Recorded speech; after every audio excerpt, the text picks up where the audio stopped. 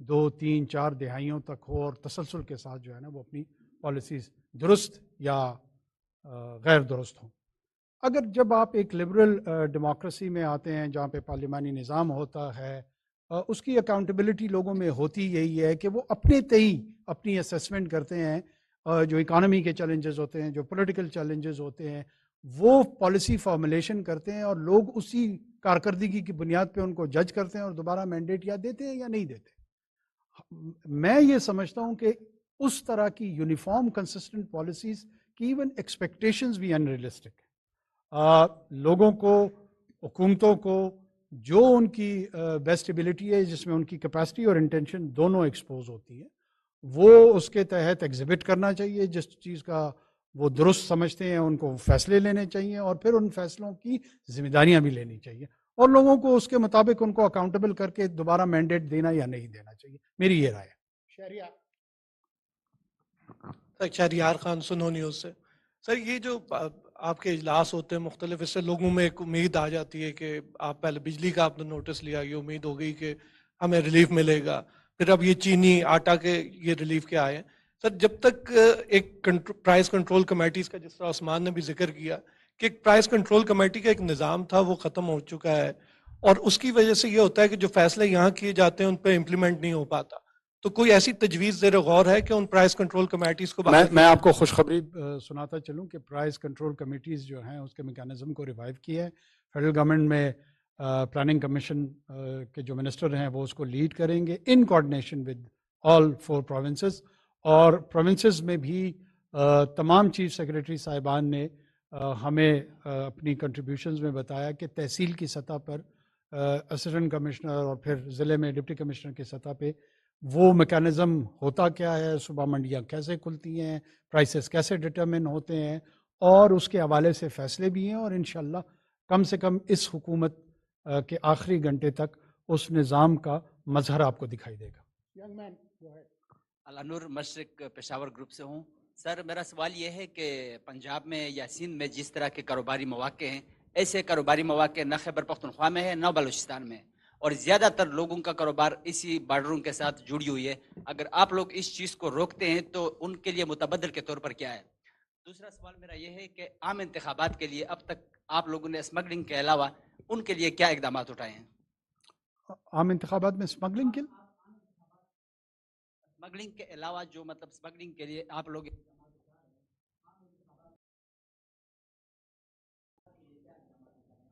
اچھا دیکھیں، ایک تو جو لائیولی ہوڈ یا روزگار فراہم کرنا ہے نا، وہ ریاست کی چند بنیادی ذمہ داریوں میں سے ایک ذمہ داری ہے. اگر بارڈر ایریا کے لوگوں کو روزگار کے مواقع فراہم نہیں ہوئے ہیں تو میں سمجھتا ہوں یہ مختلف حکومتوں اور حکومت سے جڑی ہوئی شخصیات کی ایک ناکامی ہے. یہ تو ہر طرف بارڈرز موجود ہیں، کیا کریں؟ کل واگا کے پاس بھی لوگوں کو اسمگلنگ کی اجازت دے دیں، پھر سندھ میں ہم تھرپارکر سے اس طرف لوگوں کو اجازت دے دیں کہ وہ اسمگلنگ شروع کر دیں. تو یہ ایکسکلوسیو رائٹ اللیگل ٹریڈ جس کو ہم اسمگلنگ کہتے ہیں، وہ خیبر پختونخوا کے بچوں اور بلوچستان کے بچوں کو کیوں ہم پش کر رہے ہیں اس طرف؟ کیوں آپ ایک صحت مند کاروباری ایکٹیویٹی میں نہیں چاہتے کہ وہ ایک معاشی نظام کا حصہ بنے، بجائے اس کے کہ وہ بارڈر پہ جا کر رسک لیتے ہوئے بعض اوقات اپنی جان کا، بعض اوقات اپنی مال کا؟ کیا یہ ماڈل رہ گیا ہے ہمارے بچوں کے لیے؟ اور یہ کون لوگ ہیں جو بلوچستان اور خیبر پختونخوا کے بچوں کو بے روزگاری کے نام پہ اپنے لیے ایک نیا روزگار جو ان لوگوں نے جنریٹ کیا ہوا ہے، جس میں بہت سارے اہم لوگ ہیں، کیا یہ ماڈل ہمارے عام لوگوں کے لیے؟ میرے خیال میں یہ سوچنے کا مقام ہے ہمارے لیے بھی، تمام لوگوں کے لیے، کہ یہ جو 0.09% of the political administrative elite ہے، کیا اس ایلیٹ کا عام آدمی کے نام پہ ایک ناجائز سائیکل کاروبار کا جنریٹ کر کے خود سب سے بڑے اس میں بینیفیشری ہوں اور نام لیں عام لوگوں کا؟ تو ہم سمجھتے ہیں کہ عام لوگوں کا ایک تجویز یہ ہے کہ جو بے روزگار لوگ ہیں ان کو ہم بسپ کے ساتھ کنیکٹ کر دیں اور ٹارگیٹڈ سبسڈی دے دیں ان کو، بجائے اس کے کہ ہم ان کو، جب آپ کو بھوک لگتی ہے کیا آپ زہر سے اپنی بھوک مٹاتے ہیں کہ مجھے بھوک لگ گئی ہے لہٰذا مجھے زہریلا کھانا کھا لینا چاہیے کیونکہ بھوک مٹنی چاہیے؟ آپ اس کے لیے زندگی کو کی سینکٹیٹی کو ڈسرسپیکٹ نہیں کرتے. پہلے مقدم زندگی ہے, پھر اس کے بعد بھوک آتی ہے. تو جو روزگار کا طریقہ ہے وہ ہم ایکسپلور بھی کریں گے, کوشش بھی کریں گے, اور انشاءاللہ وہ ایڈریس بھی کریں گے. چودھری بول نیوز سے. سر, ایک ایکسٹینسو آپریشن اسمگلنگ کے خلاف شروع کیا گیا ہے.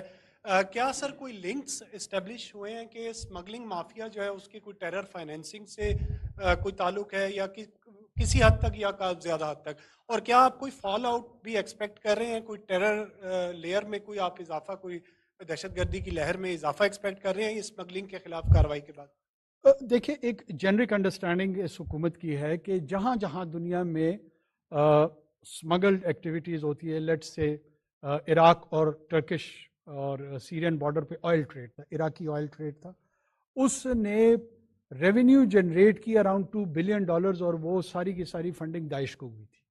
اور داعش کا اس میں ایک آرگنائزڈ کرائم کے تحت اس پوری اسمگلنگ کی ایکٹیویٹی میں پریزنس تھی.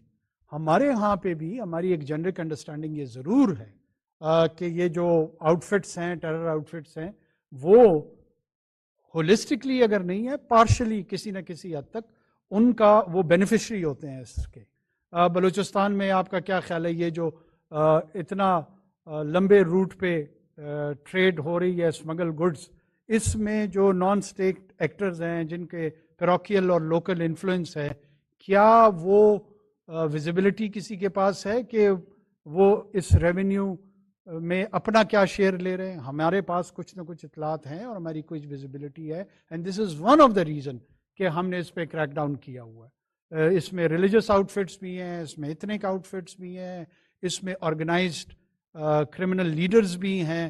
یہ تمام جب ریاست بنیادی کام proper functionality of the state کی طرف نہیں جاتی ہے تو اس ڈس فنکشنل ماڈل میں پھر یہی ہوتا ہے. پھر وہ بے روزگاری کے نام پہ جو ہے نا, یہ سارے کے سارے نان اسٹیٹ اینٹیز جو ہیں نا, وہ ادھر آپریٹ کرنا شروع کر دیتے ہیں اور اپنا ایک ایکو سسٹم بنا لیتے ہیں. اور اس ایکو چیمبر میں جو اسٹیٹ فنکشنریز ہوتے ہیں بعض اوقات ان کے ساتھ بھی انہولی الائنس بناتے ہیں. لہٰذا یہ سائیکل توڑنا ایک کمپلیکس ویب ہے, اس کے لیے بہت زیادہ انرجی اور ڈٹرمنیشن کی ضرورت ہے, اور انشاءاللہ آپ لوگوں کو نظر آئے گی. آخری سوال سر, دہشت گردی کے واقعات ان دنوں میں خاصے بڑے ہیں اور لگ یہ رہا ہے کہ تواتر کے ساتھ اس میں مزید اضافہ بھی ہو سکتا ہے.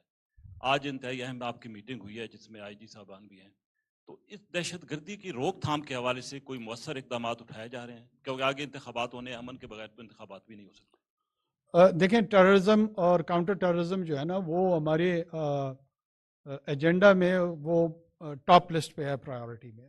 آج کوئی ہمارا ٹیررزم فوکسڈ میٹنگ نہیں تھی, لیکن اس کے حوالے سے ہماری ایپکس کمیٹیز ریوائیو ہوئی ہیں نیشنل ایکشن پلان کے تحت, فیڈریشن میں بھی اور پروونسز میں بھی, اور وہاں پہ بہت فوکسڈ پالیسی ایشوز جو ہے نا ان کی ڈیلیبریشن ہوتی ہیں, اور whole of the government approach جو ہے جس میں ملٹری سائڈ سے اور سویلین لا انفورسمنٹ کے جو سائڈز ہیں وہ بڑی سنکرونائزڈ انداز میں اس نیولی ایمرجنگ تھریٹ جو کہ دوبارہ ایک ریسرجنس ہم دیکھ رہے ہیں اٹیکس میں, اس پہ ٹیکٹیکل اسٹریٹجک اینگل سے کام بھی کر رہے ہیں, اور انشاءاللہ اس پہ آپ کو بہت افیکٹو رزلٹ بھی جلد نظر آئے گا. جی لے لیں, بتائیں. پرائم منسٹر صاحب, آپ SIFC کو ہیڈ کر رہے ہیں اور میٹنگ بھی کافی آپ لے چکے ہیں. کوئی ایسا جو انویسٹمنٹ آنی ہے, کوئی ایسا پروجیکٹ ہے جو نیئر ہے, قریب ہے آپ کے ایگریمنٹ کے, اور کتنی اماؤنٹ اس میں ہوگی؟ دوسرا, کیونکہ یہ تو الیکشن ایکٹ میں بھی جو ترمیم کی ہے نگران حکومت کو اجازت دی ہے, لیکن کل جو آپ نے پرائیویٹائزیشن پر میٹنگ کی اور آپ نے کہا کہ ہم یہ کریں گے, تو وہ تو آپ کو الاؤڈ نہیں ہے جو نگران سیٹ اپ ہے پالیسی لیول پہ اس قسم کا. سر, تھرڈ ایک کوشچن اور ہے سر, میڈیا کے حوالے سے کوئی کافی کنسرن ہے. آپ کی حکومت آنے کے بعد پتہ نہیں آپ کا کتنا رول ہے, ایڈوائسز آتی ہیں, کچھ لوگ آج بھی لاپتہ ہیں میڈیا کے, ان کا بھی کچھ نہیں پتہ, ایڈوائسز بھی آتی ہیں کیا کرنا ہے کیا نہیں کرنا. تو آپ کی حکومت اس بارے میں میڈیا کی آزادی کے حوالے سے کیا کر رہی ہے؟ جی, ہم فلی فریڈم آف ایکسپریشن پہ یقین رکھتے ہیں, اور میں خود میڈیا مختلف پلیٹ فارمز پہ میری اویلیبلٹی رہتی ہے, میری ٹیم کی اویلیبلٹی رہتی ہے. اگر وہ ایڈوائزز ایک فیشسٹ انداز میں آپ سمجھتے ہیں کہ ہماری حکومت اس کو ٹرانسلیٹ کر رہی ہے. میں اس کی نفی ایسے کرتا ہوں کہ آپ سب کے سامنے یہ سوالات ہم سے اٹھا رہے ہیں. کس نے آپ کا گلا گھونٹا ہے؟ کس نے آپ کو روکا ہے؟ کس نے آپ کو ڈسکریج کیا ہے؟ آپ کے کویشچن کو میرٹ پہ لیا جا رہا ہے اور اس میرٹ پہ اس کو آنسر کیا جا رہا ہے. یہ تاثر قطعاً درست نہیں ہے کہ ہم میڈیا کو سٹائفل کرنا چاہتے ہیں. میڈیا کو سٹائفل ہم اس دور میں جہاں پہ ڈیجیٹل سپیس اویلیبل ہے، جہاں پہ الیکٹرانک میڈیا کا جو پریزنس ہے وہ ڈکلائن پہ جا رہا ہے اور آلٹرنیٹ ایک ڈیجیٹل سپیس کریٹ ہو رہی ہے. ایک زمانے میں آپ کو پتہ ہے کہ 2009 آنورڈز ٹاک شوز کا جو ماڈل تھا وہ بڑا ریلیونٹ بنتا جا رہا تھا اور بڑی پرومیننس اور پرائمیسی اختیار کر گیا تھا. آج آپ کو پتہ ہے کہ وی لاگس کی صورت میں وہ ایسا پلیٹ فارم ہے جو کہ بہت زیادہ پاپولر ہو گیا ہے، جس کی آڈینس بڑھ گئی ہے، جس میں لوگوں کی پارٹیسپیشن اس میں بڑھ گئی ہے. اور وہ بعض اوقات پاکستان کی فزیکل سپیس میں ہوتی ہے، بعض اوقات پاکستان کی فزیکل سپیس میں نہیں ہوتی ہے. تو کوئی ایسی چیز نہیں ہے جو پاکستان کی ریاست کے جو پالیسیز ہیں اس کے حوالے سے سوالات اٹھائے نہ جا رہے ہوں. ان سوالات کے بعض اوقات درست جواب، بعض اوقات غلط جواب دیے نہ جا رہے ہوں. میرے خیال میں ایک نارمل ایکو سسٹم ہے. ویسے ہی ہمارے کچھ دوست سمجھتے ہیں کہ بہت زیادہ سختی ہے.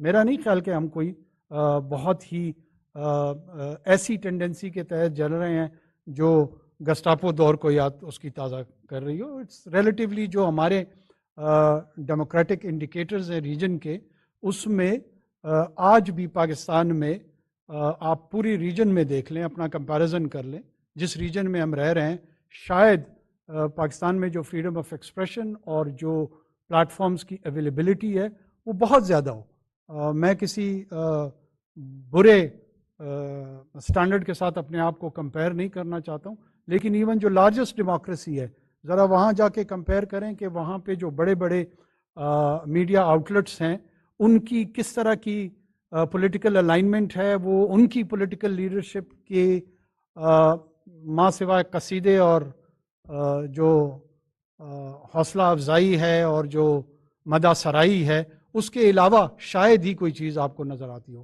یہاں میں کئی ٹاک شوز دن میں دیکھتا ہوں جس میں گورنمنٹ کی کرٹیسزم اور بعض اوقات بڑی جائز کرٹیسزم ہو رہی ہوتی ہے. ہم اس کو بالکل بھی ڈسکریج نہیں کر رہے ہیں، اس کو اسپیس بھی ملتی ہے، وہ الاؤ بھی ہوتی ہے، اس کو ویلکم بھی کیا جاتا ہے. بعض اوقات بہت سارے کرٹیسزم سے ہمیں اتفاق نہیں ہوتا، لیکن اس کے باوجود اس کو ایئر کرنے کی اجازت ہے. اور میرے خیال میں جو ہمارے ڈیموکریٹک انڈیکیٹرز ہیں اس میں یہ نسبتاً کمفرٹیبل ہیں، اور جہاں بہتری کی گنجائش ہوگی انشاءاللہ مزید کریں گے. SIFC پہ جو ہے نا بہت ہماری فوکسڈ میٹنگز ہوئی ہیں، اور ان میٹنگز کے نتیجے میں میں نہ کوئی فگر اس وقت آپ کو دینا چاہ رہا ہوں، نہ کسی پروجیکٹ کی انڈیکیشن دینا چاہ رہا ہوں، لیکن بہت جلد انشاءاللہ آپ کو جو اس کی فروٹیشن ہے، جو اس کے پھل ہیں وہ نظر آ جائیں گے. سر فیضان، پرائیویٹائزیشن کا لیگل فریم ورک موجود ہے. ہمیں پتہ ہے کہ اس فریم